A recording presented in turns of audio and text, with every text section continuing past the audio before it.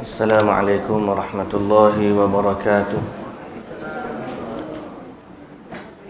Bismillahirrahmanirrahim. Alhamdulillahi rabbil alamin. Wassalatu wassalamu ala ashrafil anbiya'i wal mursalin, Nabiyyina Muhammadin wa ala alihi wa sahbihi ajma'in. Rabbi shrah li sadri wa yassir li amri wahlul 'uqdatan min lisani yafqahu qawli, amma ba'du. InsyaAllah pada pagi ini kita akan baca ayat-ayat terakhir dari surah Al-Kahfi, dan kita ambil banyak sekilah sebagaimana semalam kita baca 10 ayat terakhir dari surah Al-Kahfi. Hari ini kita ambil daripada ayat 102 lah, 102.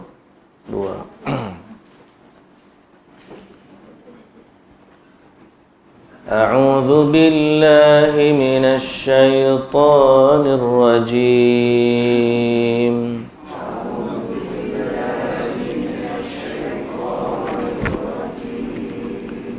بسم الله الرحمن الرحيم.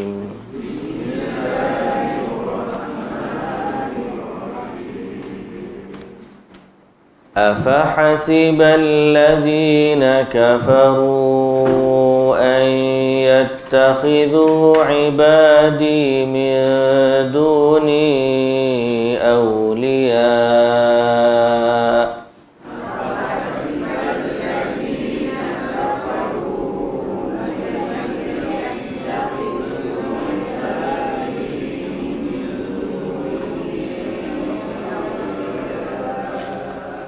إنا أعتدنا جهنم للكافرين نزلا.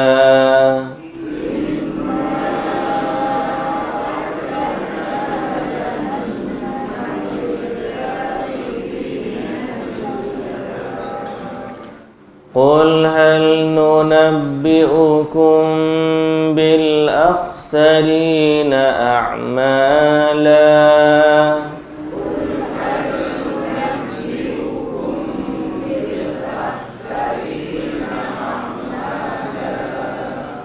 الذين ضل سعيهم في الحياة الدنيا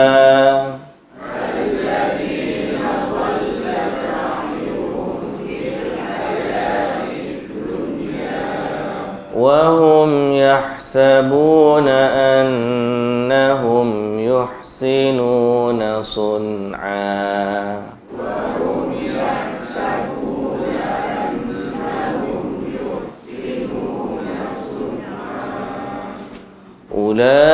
أولئك الذين كفروا بآيات ربهم ولقائه فحبطت أعمالهم.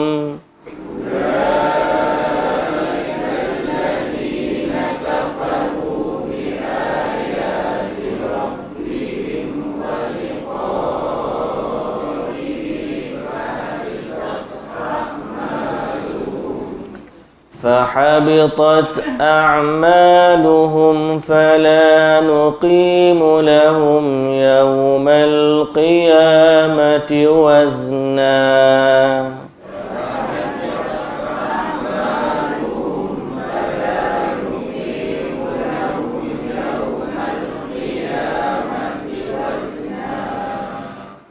ذلك جزاؤهم جهنم بما كفروا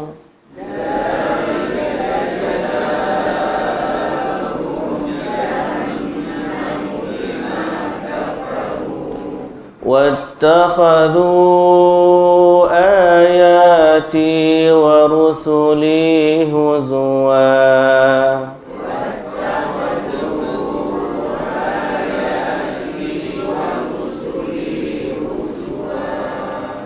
إن الذين آمنوا وعملوا الصالحات الصالحات كانت لهم جنات الفردوس نزلا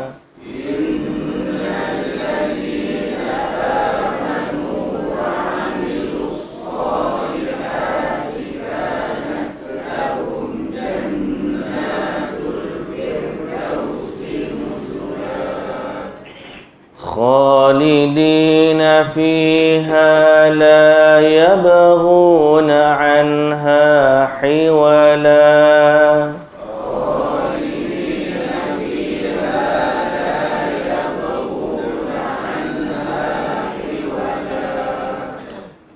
قل لو كان البحر مدادا لكلمات ربي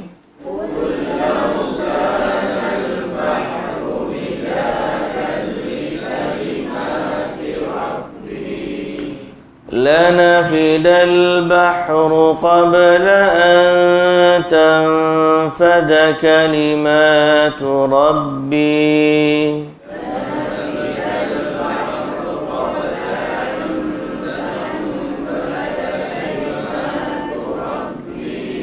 ولو جئنا بمثله مددا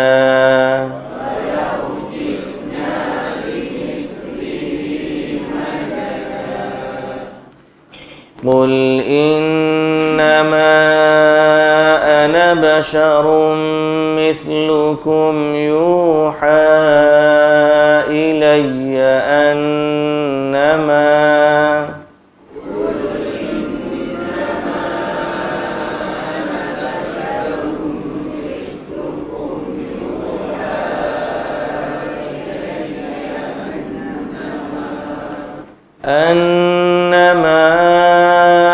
إلهكم إله واحد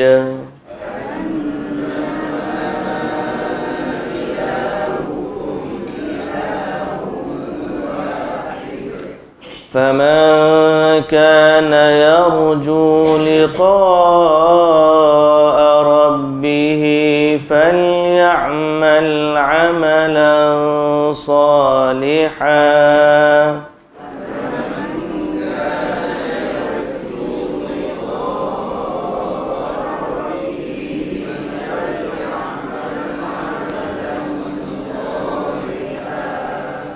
فليعمل عملا صالحا ولا يشرك بعبادة ربه أحدا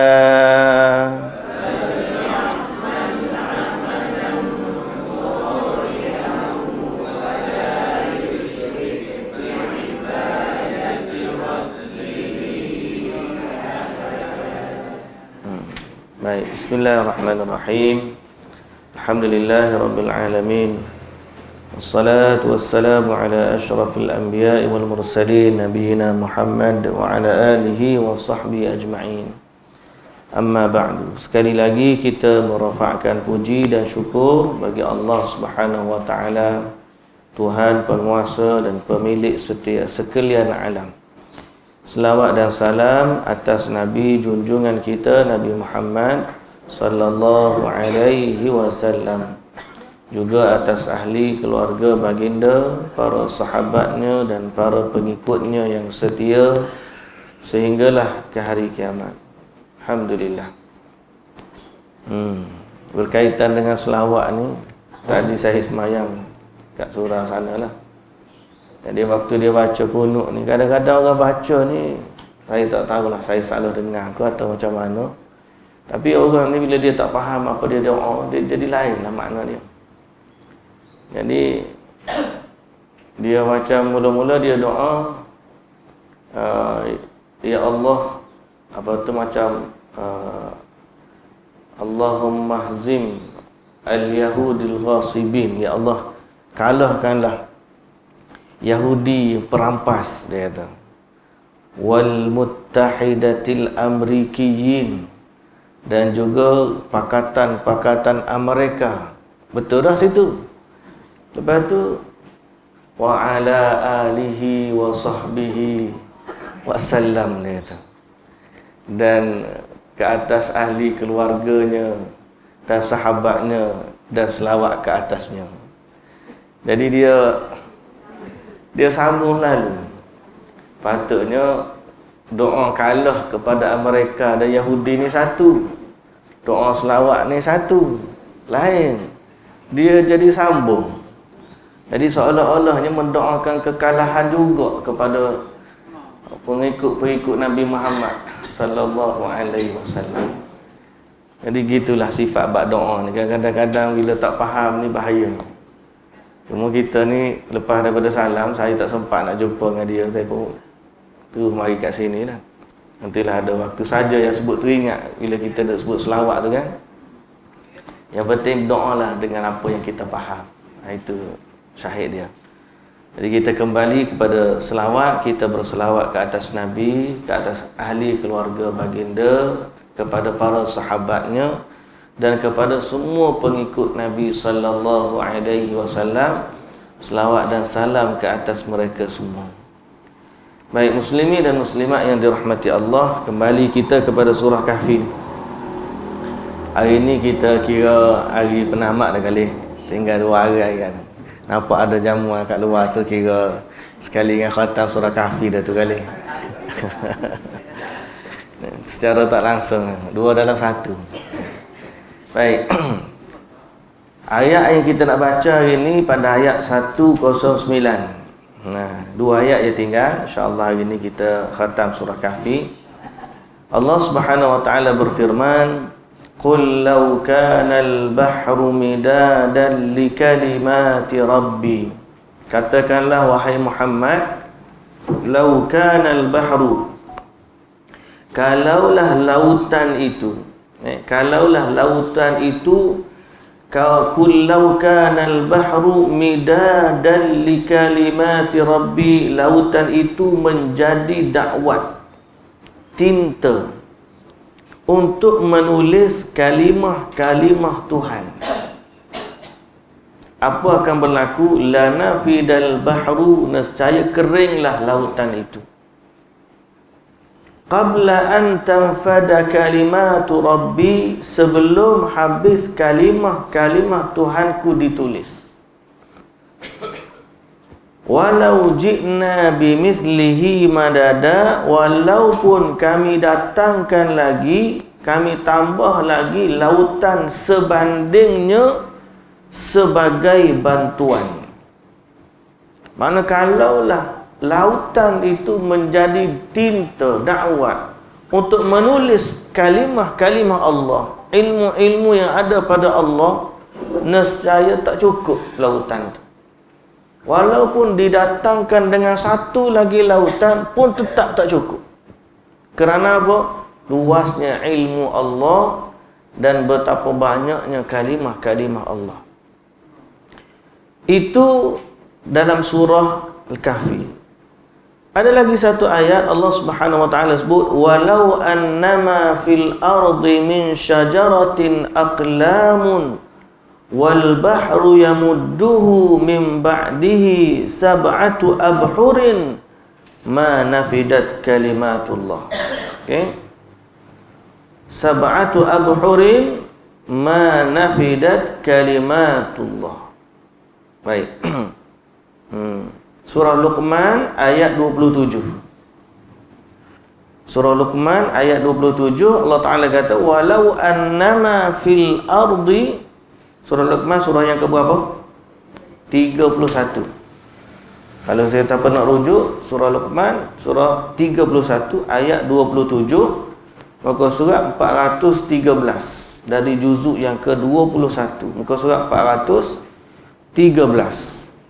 Dalam ayat ni Allah Ta'ala kata, walau annama fil ardi min syajaratin, kalaulah semua pokok-pokok di bumi ini menjadi pena, wal bahru yamudduhu, dan segala lautan dibantu dengan 7 lautan lagi. Sesudah itu, Bukan setakat tadi satu lautan, dengan satu tambah lagi kata Allah Ta'ala kata sampai 7 lautan.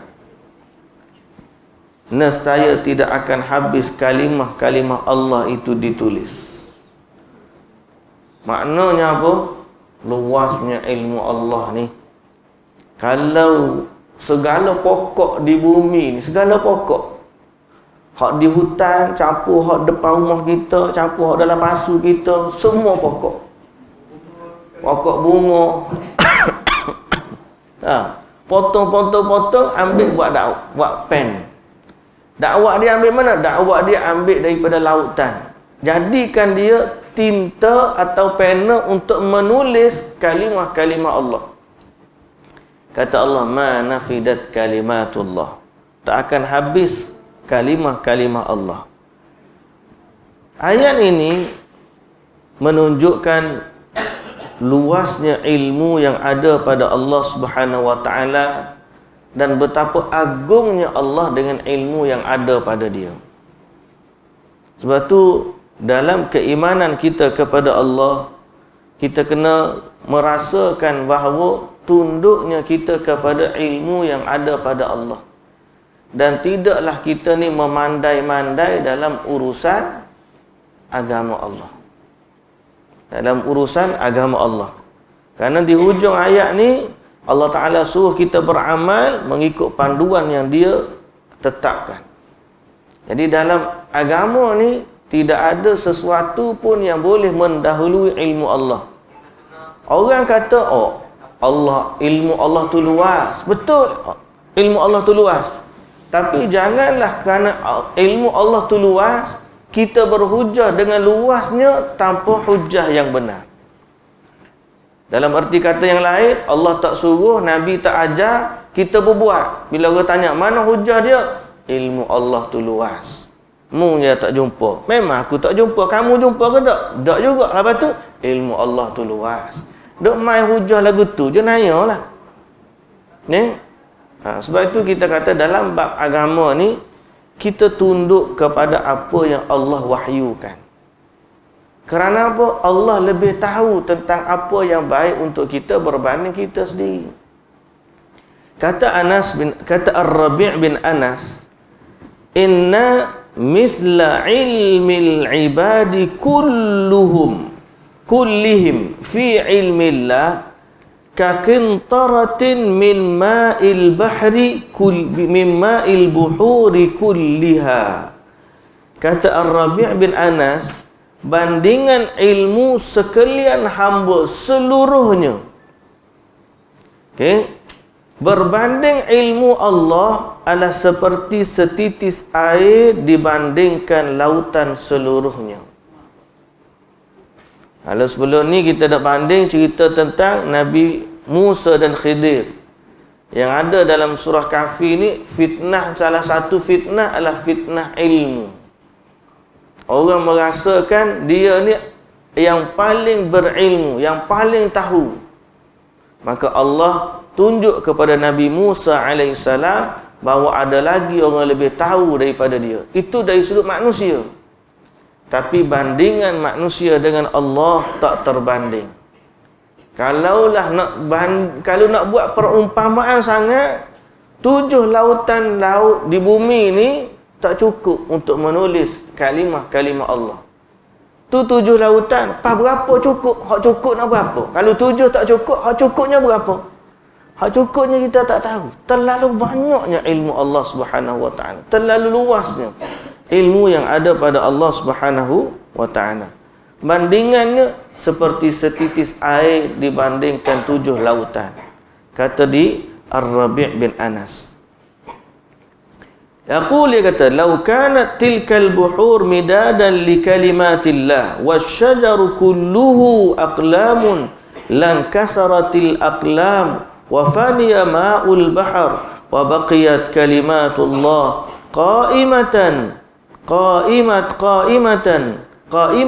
la yafniha syai'un lianna ahadan la yastati'u an yuqaddira qadrahu wa la yuthni alayhi kama yanbaghi hatta yakunu huwa alladhi yuthni nafsahu inna rabbana kama yaqulu wa fawqa ma naqul inna mithla na'imid dunya awwalaha wa akhiraha fi na'imil akhirah kahabbati khardalin fi khilalil ardi kulliha. Allahu akbar. Dia berkata lagi, kata Rabi' bin Anas lagi, dia kata kalaulah itu bandingannya, kalau tulis kalimah Allah, lautan menjadi tinta, pokok menjadi pena, nescaya akan patah segala pena dan kering segala dakwat. Kekal kalimah Allah masih berbaki untuk tidak ditulis, kerana tidak ada seorang pun yang mampu menghitungnya, kekuasaan yang ada pada Allah Subhanahu wa taala. Kerana itu, kata dia, tidak ada yang boleh memuji Allah seperti mana sepatutnya, melainkan dengan apa yang Allah puji dirinya sendiri. Kita ni kalau nak puji Allah, tak payah puji dengan ayat kita. Tak layak ayat kita nak puji Allah. Sebaliknya kita puji Allah dengan ayat-ayat Allah sendiri. Lepas tu kalau orang nak puji Allah, sebaik-baik pujian, subhanallah, alhamdulillah, wa la ilaha illallah, Allahu akbar. Pasal apa? Sebab itu adalah ayat puji-pujian yang Allah sendiri ajar kepada Nabi sallallahu alaihi wasallam.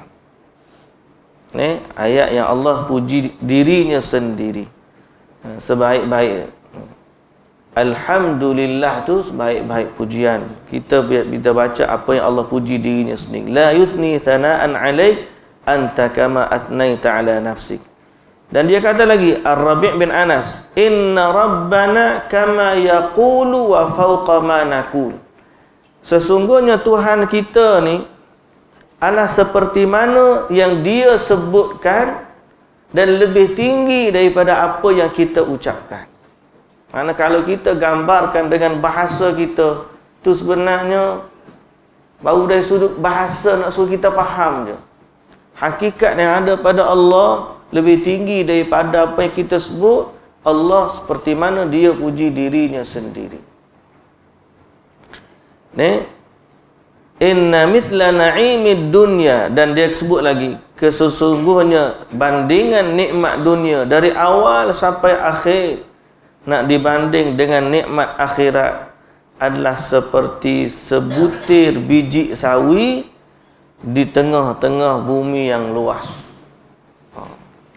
Kita nak sebutnya, sebab tu semalam saya ada sesi semalam cerita tentang ibrah daripada kisah Qarun. Ada kuliah semalam, usrah. Tajuk usrah tu kisah pengajaran atau pengajaran dari kisah Qarun. Qarun ni kita dengar lah nama dia kan. Asalnya dia dalam surah Al-Qasas. Allah Ta'ala sebut bermula daripada ayat 76 kalau tak silap saya semalam. Allah Ta'ala gambarkan, inna Qarun kana min qaumi Musa fabagha alaihim. Qarun ni dia asalnya daripada kaum Nabi Musa. Dulu dia beriman, karena dulu dia termasuk daripada kaum Nabi Musa. Maknanya dulu ni dia pengikut Nabi Musa. Sebahagian ahli tafsir kata bahkan dia ni termasuk keluarganya Nabi Musa. Ada yang kata dia sepupu je dengan Nabi Musa, Qarun ni. Lepas pada tu dia kaya. Allah bagi kekayaan kepada dia sehingga dia lupa kepada Allah dan dia sombong. Fabagha alaihim, dia sombong kepada Nabi Musa dan pengikutnya. Akhir sekali dia pun meninggalkan Nabi Musa dan juga pengikut dia. Fabagha alaihim. Dalam kesombongan tersebut bertambahlah kekayaan dia. Kaya dia bertambah sehingga kunci perbendaharaan dia, orang nak bawa, orang yang gagah perkasa nak bawa pun berasa berat. Tahu kunci dia. inna mafatihahu latanu'u bil usbati ulil quwwah. Orang yang gagah perkasa nak bawa kunci gedung dia pun dia tak larat, berat. Kaya tak kaya. Sampai kaum dia kata kepada Qarun, la tafrah innallaha la yuhibbul farihin. Janganlah kamu megah sangat, kerana Allah tak suka kepada orang yang bermegah-megah. Lalu mereka nasihatkan kepada dia, termasuklah Nabi Musa juga bagi nasihat. Wabtaghi fi ma ataka Allahu daral akhirah. Qarun, carilah apa yang Allah Ta'ala nak bagi di hari akhirat. Hak dunia ni jangan lupa, tapi keutamaan kita cari urusan akhirat. Mereka cerita dia tetap dengan kesombongan dia. Dia kata dalam ayat yang seterusnya, dia kata, aku dapat ni dengan ilmu yang aku ada. Qala innama utituhu ala ilmin indi. Dia kata, aku dapat ni sebab ilmu aku. Aku pandai menego, aku pandai ni. Ada cerita tu dia pandai buat emas. Saya pun tak pasti cerita tu betul. Tapi nak sebutnya, dia ni memang kaya, Qarun. Lalu kesombongan dia menyebabkan dia memang tetap dengan sifat dia. Dia pun keluar dekat menzahirkan diri dia dengan perhiasan-perhiasan dia. Fa kharaja ala qaumihi fi zinati. Dia pergi kepada kaum dia dengan segala perhiasan dan kekayaan dia. Maka orang pun tengok, ada orang yang hatinya cenderung kepada dunia. Dia pun tengok, ish. Dia kata apa, kalaulah aku dapat harta seperti mana Qarun dapat, sungguh beruntungnya Qarun. Dia kata jadi orang kaya ni untung. Kata di seorang lagi, orang tu dia ada ilmu. Dia kata kepada sahabat dia hak bercita-cita nak jadi seperti Qarun, dia kata apa? Wailakum, celaka kamu, jangan cakap macam tu. Sawabullahi khairul liman amana wa amila salihah. Kamu tahu tak, nak banding Qarun dengan pahala yang Allah bagi, pahala Allah lebih baik lagi bagi orang yang beriman dan beramal. Cuma nak dapat pahala tu kita kena sabar. Wala yulaqaha illa sabirun. Maka mereka pun sabar. Sabar dengan apa yang berlaku kepada kaum Bani Israel dengan Nabi Musa ni. Siapalah kena halau, kena apa, kena macam-macam. Dan Allah akhirnya hukum si Qarun ni, fa khasafna bihi wa bidarihil ard. Dia pun akhirnya ditenggelamkan, ditelan bumi.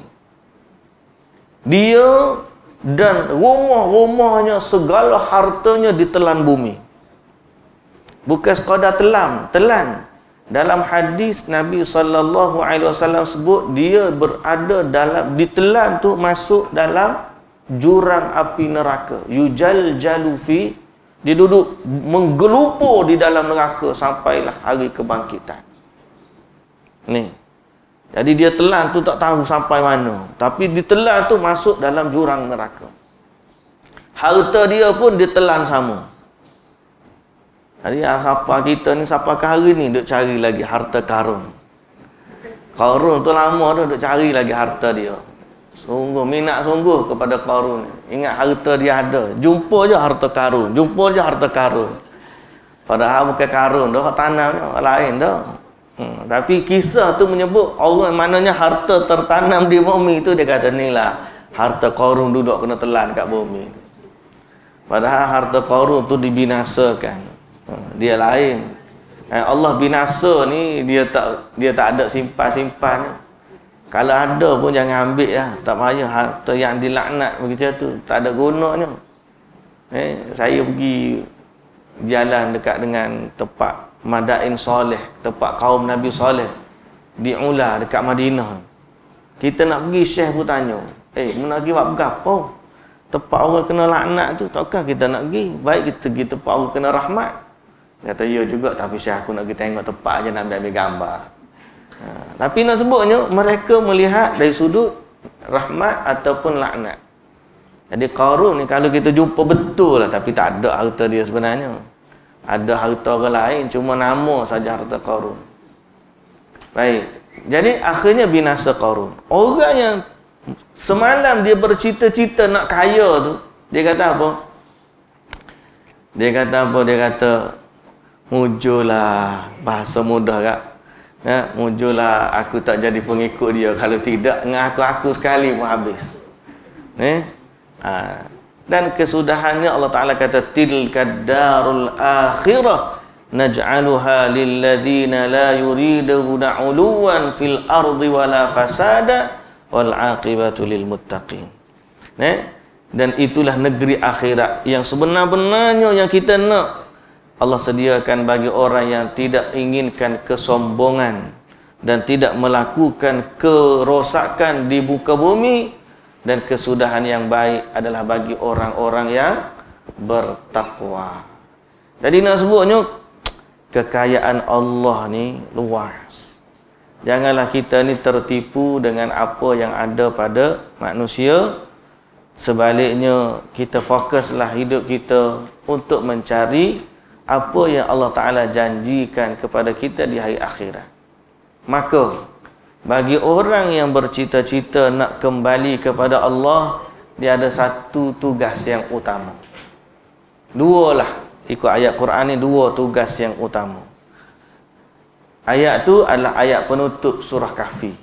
Baca balik surah Kahfi, ayat 110.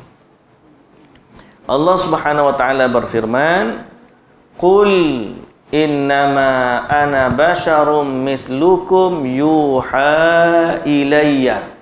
Katakanlah wahai Muhammad kepada pengikut-pengikut kamulah, kepada semua manusia ni, Qul innama ana basyarum mithlukum. Katakanlah, aku ni manusia seperti kamu. Innama ana basyarum mithlukum. Aku ni manusia seperti kamu.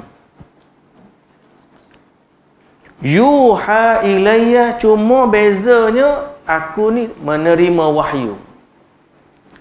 Jadi Allah tegaskan di sini, pertama, status Nabi Muhammad sallallahu alaihi wasallam sebagai manusia. Nabi Muhammad manusia ke? Ya, manusia. Manusia yang macam mana? Mithlakum, sama seperti kamu. Dia makan, dia minum, dia berkeluarga, dia sakit, dia lupa kadang-kadang. Dia apa lagi? Dia lapar, dia berhajat, dia luka, dia cedera, dia letih. Nabi ni manusia seperti kita, dari sudut manusiawinya dia.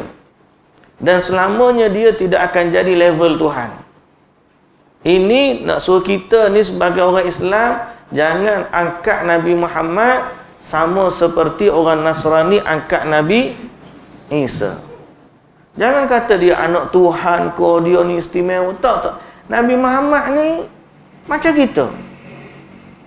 Ada orang kata Nabi Muhammad ni dicipta daripada cahaya. Dia kata dicipta daripada cahaya. Lepas tu dia ni tak ada bayang. Ada orang kata macam tu. Lepas tu dia tambah lagi cerita, orang ambil rambut Nabi buat DNA, tak boleh baca, tengok cahaya. Allahu Akbar.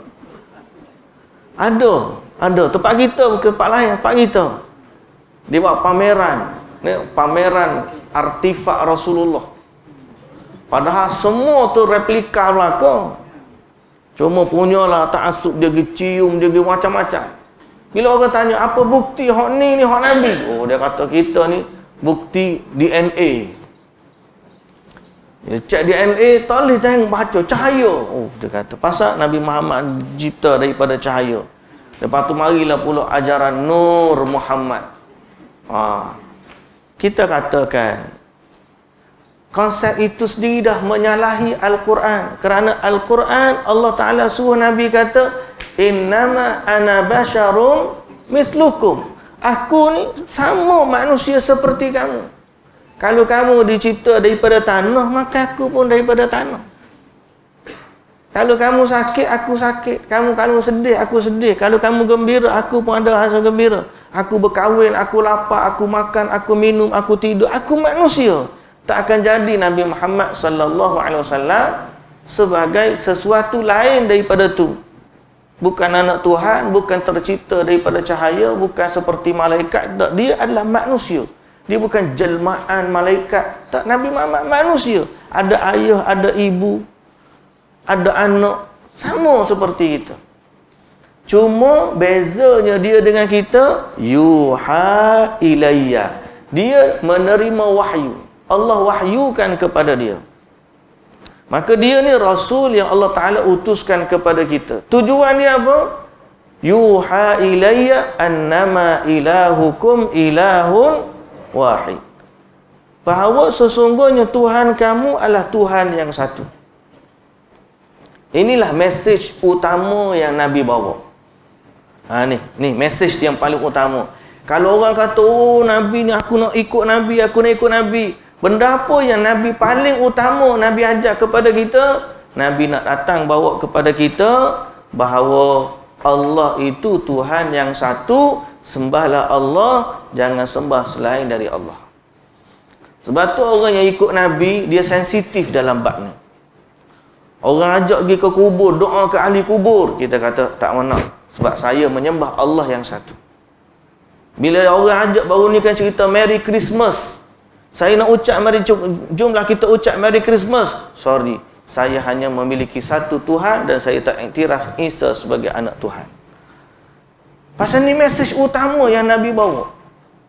Kalau orang ajak dia pakai tangkal, azimat, buat khurafat dan sebagainya, dia kata sorry. Pasal apa? Inilah perkara yang paling utama Nabi saya bawa. Bahawa Nabi datang membawa ajaran Allah itu Tuhan yang satu, sembahlah dia semata-mata, jangan syirikkan dia dengan sesuatu. Ini mesej utama Nabi.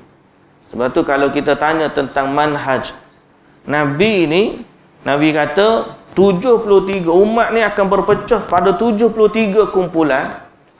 72 daripadanya masuk neraka. Satu saja masuk syurga. Pernah dengar kan hadis tu kan? Bila orang tanya Nabi, siapa yang satu ni? Nabi jawab, orang yang berada di atas jalan aku dan sahabat aku. Maka orang cari, apa sebenarnya jalan Nabi ni? Kunci yang paling utama jalan Nabi adalah tauhid. Sebab tu Nabi waktu berjalan dengan sahabat-sahabat dia, lepas daripada pembukaan kota Mekah, orang yang baru masuk Islam, dia pun berjalan-jalan tengok pokok besar yang disembah oleh orang-orang musyrikin. Orang kafir sembah pokok. Waktu nak pergi perang, dia pergi gantung pedang lah, dia ikat hajat-hajat dia dekat pokok. Pokok tu nama dia Zatu Anwat. Orang-orang baru masuk Islam ni, dia tanya Nabi Muhammad, ya Rasulullah, kamu buatlah bagi kami satu pokok tempat kami minta hajat seperti mana mereka ada pokok. Awak Nabi Muhammad sallallahu alaihi wasallam, kamu ni tak ubah seperti kaumnya Nabi Musa. Bila tengok orang sembah berhala, minta juga berhala untuk mereka. Ij'al lana ilahan kama lahum alihah. Sebaliknya Nabi sallallahu alaihi wasallam betulkan mereka, kita ni tak perlu pokok tu, kita menyembah Allah yang satu. Jadi ini mesej Nabi yang paling utama. Dan sebab inilah Nabi ditentang oleh orang-orang kafir Quraisy.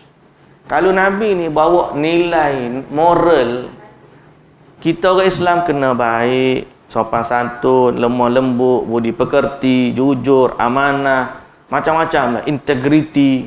Semua ni Nabi dah ada dah. Sebelum dilantik jadi Rasul, Nabi dah ada dah sifat ni. Masa tu disayangi oleh orang Mekah. Tapi apa yang menyebabkan Nabi ni ditentang? Kerana mesej Nabi yang paling utama, kita tinggalkan sembahan selain dari Allah, sembahlah Allah yang satu. Yang inilah yang menyebabkan Nabi dimusuhi. Dan inilah juga yang akan menyebabkan para pejuang agama, pewaris Nabi dimusuhi. Sebab apa? Orang yang ikut jalan Nabi ni, dia tengok orang sembah berhala, dia tak suka dan dia ajak orang tinggalkan sembah berhala. Itu mesej yang utama. Baik.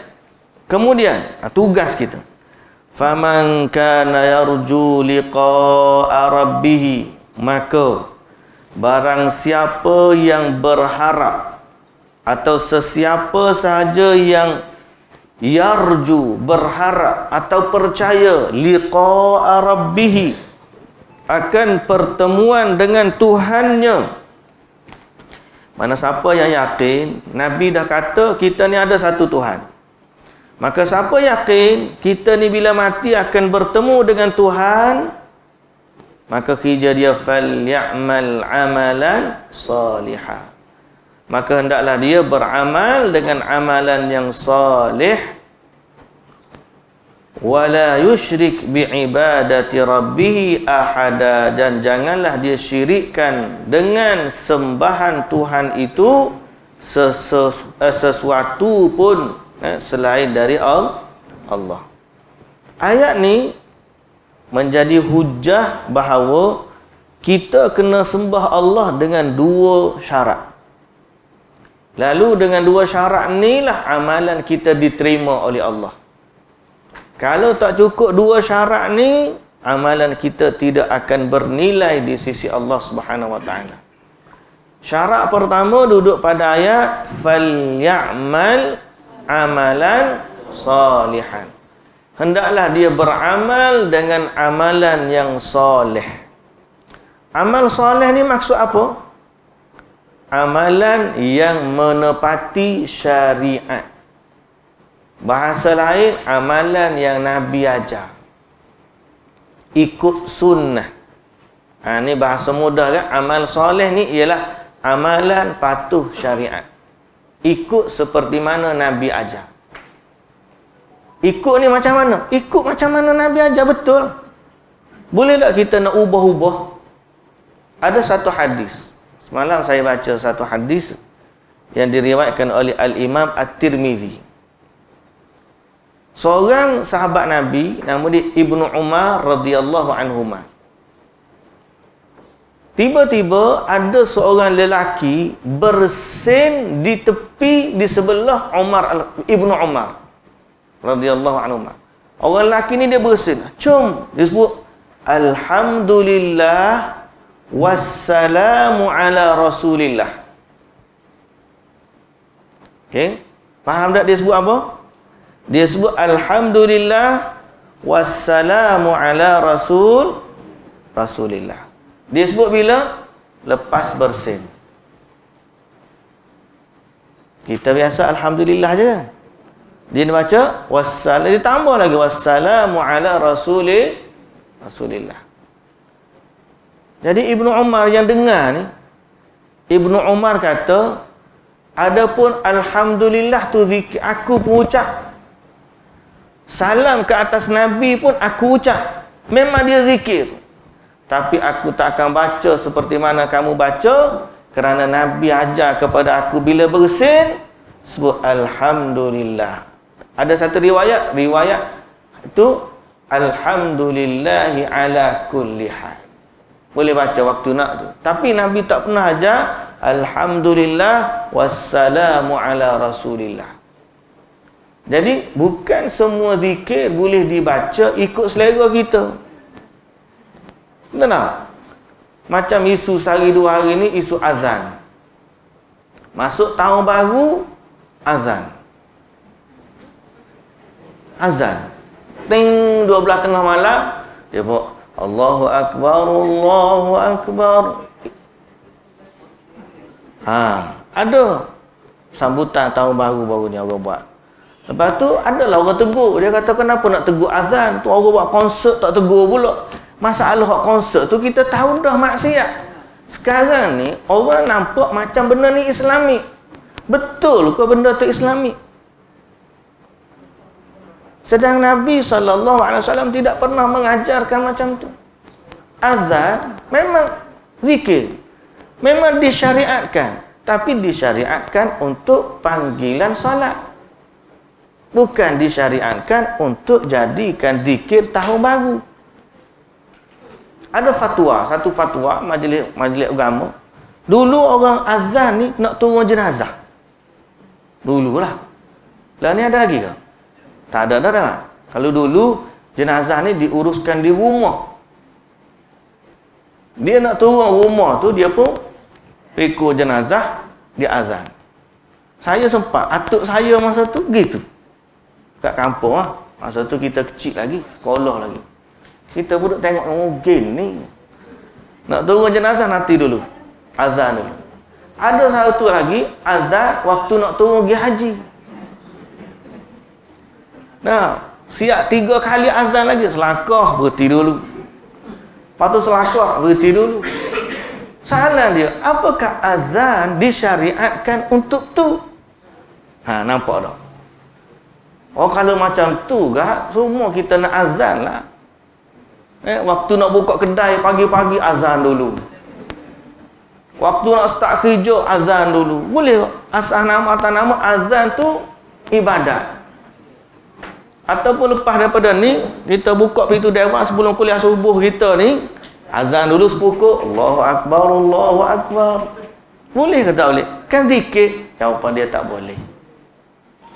Pasal apa? Walaupun zikir tu disyariatkan, dia ada waktu khusus syariat tu bila dilakukan.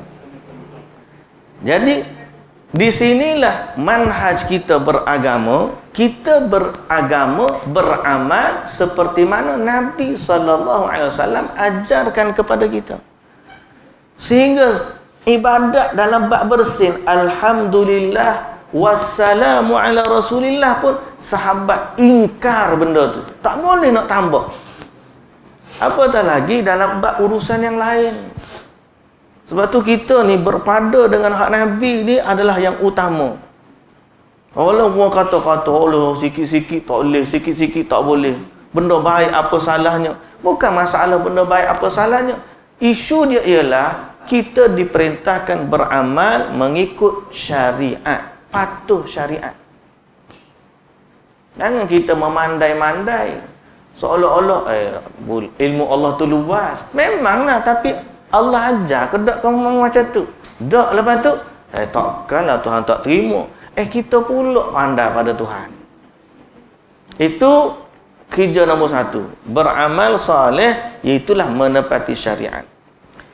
Dan terakhir ditutup ayat ni, wala yusyrik biibadati rabbih ahada. Dalam beramal itu janganlah berbuat syirik kepada Tuhan. Berarti ikhlas kepada Allah. Tidak syirik ni mana ikhlas. Syarat kita beramal 2 perkara. Pertama, patuh syariat. Yang kedua, ikhlas kerana Allah. Inilah yang paling utama dan inilah yang paling Nabi takut dan Nabi bimbang. Itulah orang buat amal tidak kerana Allah Subhanahu wa ta'ala. Disebut dalam hadis riwayat Al-Imam Tirmizi, siapa yang buat amal bukan kerana Allah, di hari akhirat nanti Allah panggil. Allah seru, siapa-siapa yang buat amal bukan kerana Allah, silalah minta pahala daripada yang dia niatkan. Dia buat pahala di ni, amal untuk siapa? Maka silalah minta pahala daripada orang tu. Kalau dia buat untuk berhala, sila minta pahala daripada berhala. Kalau dia untuk puji manusia, sila minta dengan manusia. Maka kita tahu di saat itu tidak ada yang berkuasa melainkan Allah. Dan tidak ada pahala yang bernilai melainkan dari sisi Allah Subhanahu wa ta'ala. Jadi semoga Allah Ta'ala menjaga amal dan iman kita, sehingga akhirnya kita mati, kita kembali kepada Allah dalam keadaan tidak berbuat syirik, dan dalam keadaan amalan kita diterima oleh Allah Subhanahu wa ta'ala. Wallahu ta'ala alam. Alhamdulillah, tamatlah kita surah Kahfi. Alhamdulillah. Jadi kita berhenti setakat tu. Esok kita baca surah apa nanti esok lah, insya-Allah. Sambung surah apa pula ni? Hari tu Ali Imran. Hari Al-Baqarah habis dah. Ali Imran. Puak kuning lagi tu kan. Masya-Allah. Okey, wallahu taala alam. Subhanakallahumma wa bihamdika asyhadu an la ilaha illa anta astaghfiruka wa atubu ilaik. Aqulu qawli hadza wa astaghfirullahal azim li wa lakum. Assalamu alaikum warahmatullahi wabarakatuh.